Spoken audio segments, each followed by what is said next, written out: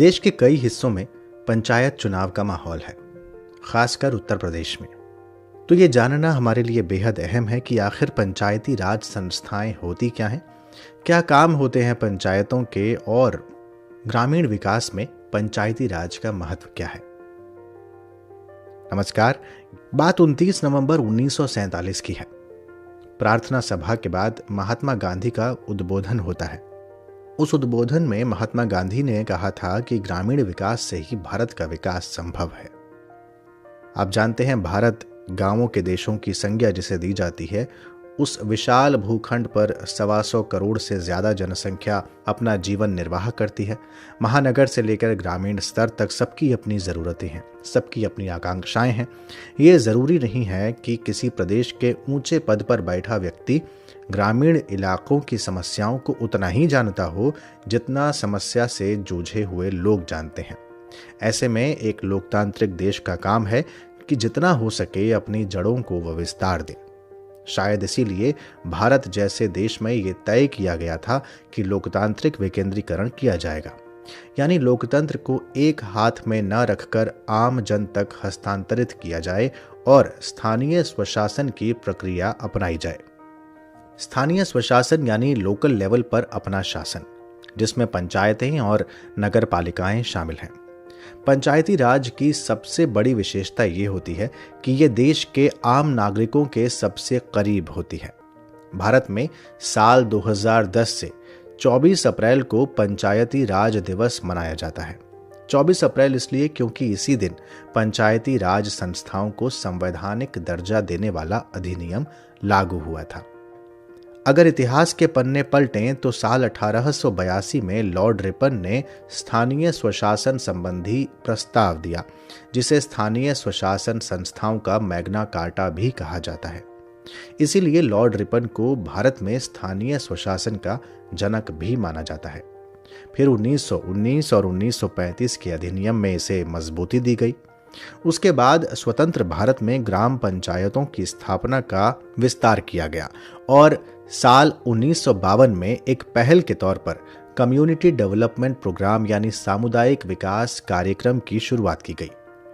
लेकिन पंचायती राज व्यवस्था की स्थापना में सबसे महत्वपूर्ण मोड़ था साल 1957 में गठित बलवंत राय मेहता की अध्यक्षता में एक समिति। इस समिति ने 3 स्तरों पर त्रिस्तरीय पंचायत के गठन का सुझाव दिया था। ग्राम स्तर पर ग्रामीण पंचायत, मध्यवर्ती स्तर पर पंचायत समिति और जिला स्तर पर जिला पंचायत। BR मेहता के सुझावों पर 2 अक्टूबर 1959 को राजस्थान के नागौर जिले में तत्कालीन प्रधानमंत्री पंडित जवाहरलाल नेहरू द्वारा देश की पहली त्रिस्तरीय पंचायत का उद्घाटन किया गया। प्रक्रिया धीरे धीरे आगे बढ़ने लगी। अब अगला पड़ाव था पंचायती राज संस्थाओं को संवैधानिक दर्जा दिलाना। इसकी एक कोशिश राजीव गांधी सरकार ने साल 1989 में की थी, लेकिन राज्यसभा में विधेयक पारित नहीं हो सका था। फिर PV नरसिम्हा राव की सरकार 73वां संविधान संशोधन लेकर आई और 24 अप्रैल 1993 से 73वां संविधान संशोधन प्रभावी हो गया। यही कारण है कि 24 अप्रैल को ही पंचायती राज दिवस मनाने का दिन चुना गया था। पंचायतों के अधिकार क्षेत्र में कृषि संबंधी कार्यों से लेकर प्राथमिक शिक्षा, प्राथमिक स्वास्थ्य, साफ सफाई, पेयजल, सड़क, पशुपालन जैसे विषय शामिल हैं। भारत के संविधान की 11वीं अनुसूची पंचायत के इन्हीं कार्यों से संबंधित है।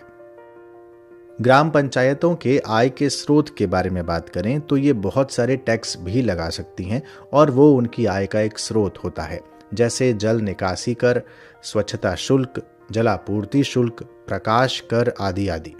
इसके अलावा ग्राम पंचायतों को साझा मैदान, जंगल और चारागाह जैसे पंचायत स्वामित्व वाली जगह से भी आय की प्राप्ति होती है। भू राजस्व में भी राज्य की ये हिस्सेदार होती हैं, यानी राज्य भू राजस्व पंचायत के साथ बांटता है। राज्य पर अनिवार्य रूप से कुछ और बाध्यताएं भी हैं, जैसे ग्राम सभाओं का आयोजन करना, पंचायत में जितने पद हैं उन्हें चुनाव द्वारा भरा जाना, ये सुनिश्चित करना कि अनुसूचित जाति जनजाति के लिए आरक्षण जनसंख्या के अनुपात में हो और 1/3 सीटें महिलाओं के लिए आरक्षित रखी जाएं। राज्य चुनाव आयोग का गठन किया जाए ताकि पंचायत प्रणाली के चुनाव समय से आयोजित हों। इसके अलावा कुछ दिशा निर्देश भी हैं जो बाध्यकारी नहीं हैं। वैसे पंचायती राज के महत्व को समझते हुए साल 2004 में केंद्रीय पंचायती राज मंत्रालय की स्थापना हुई थी। इसका प्राथमिक उद्देश्य संविधान के भाग 9 की बातों समेत कुछ अन्य कार्यों का कार्यान्वयन करना है।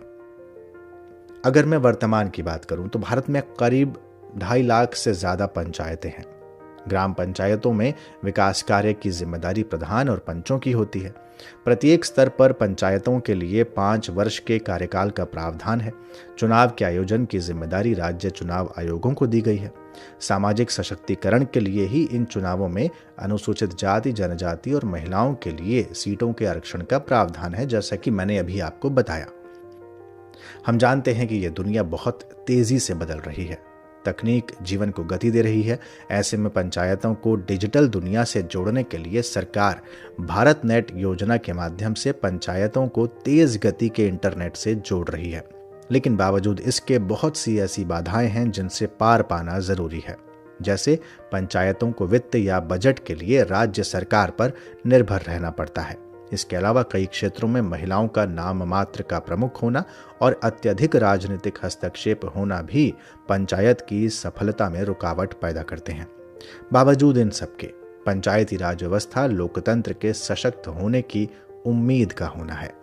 राजनीतिक जागरूकता के साथ आम आदमी के सशक्त होने का ये एहसास है और महात्मा गांधी के उस सपने के साकार होने के जैसा है जिसे वो भारत के विकास की कसौटी मानते थे।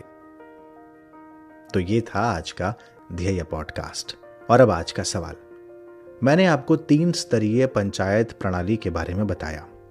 ग्राम स्तर पर ग्राम सभा आयोजित होती है। आपको मुझे ये बताना है कि ग्राम सभा कहते किसे हैं, यानी ग्राम सभा क्या होती है। अपने जवाब कमेंट बॉक्स में हमें बताइए। इजाजत दीजिए। नमस्कार।